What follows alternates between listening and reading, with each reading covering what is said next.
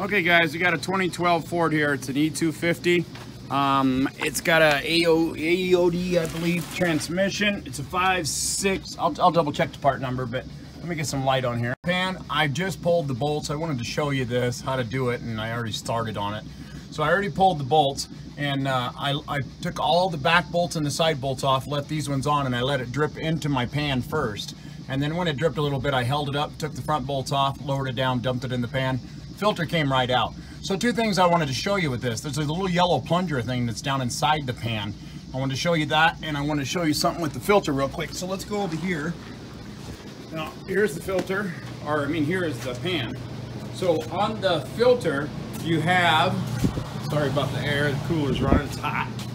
You have this little ring right here. Make sure that this comes off with the old filter, because you don't want to double stack that. The filter won't fit right, and it just pops into place. But here in the pan, we have this little yellow ring here thing. It looks like a plunger. If this is in here, don't stress about it. That means your transmission filter has never been changed, probably, because they would have took it out and threw it away.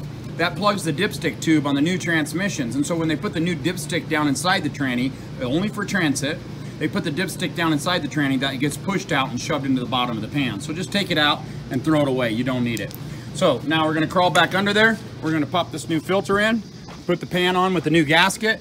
Now, let me show you that real quick too. When I put the gasket on, you'll notice the rings here, the circles on the new gasket are just a little bit smaller. That's to hold the bolt. You can push them up in there. I still need to clean the pan. So clean the pan, lay the new gasket down, push the bolts up through the gasket, and they'll hold the bolts in place, and then you can snug them up. Don't over tighten this.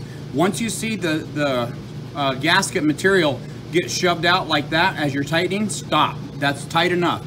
Most times these leak because they're over tightened. So let's go ahead and pop this in real quick.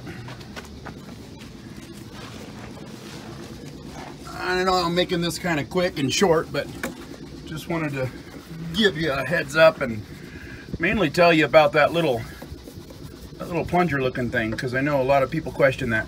So we're going to set this into its home right there, and we're just going to pop that up just like that. See how it went straight up? It's good to go. Clean the pan, new gasket, tighten it up. Do not over tighten it. The moment you see the pan start squeezing out, you're done. Pull your dipstick tube, add 4.98 quarts. So just go ahead and throw all 5 quarts in it. You'll be fine. And that's it. So I'll put a link in the description below. Oh, I wanted to give you that part number. I'll also put the link in the description below for the part number.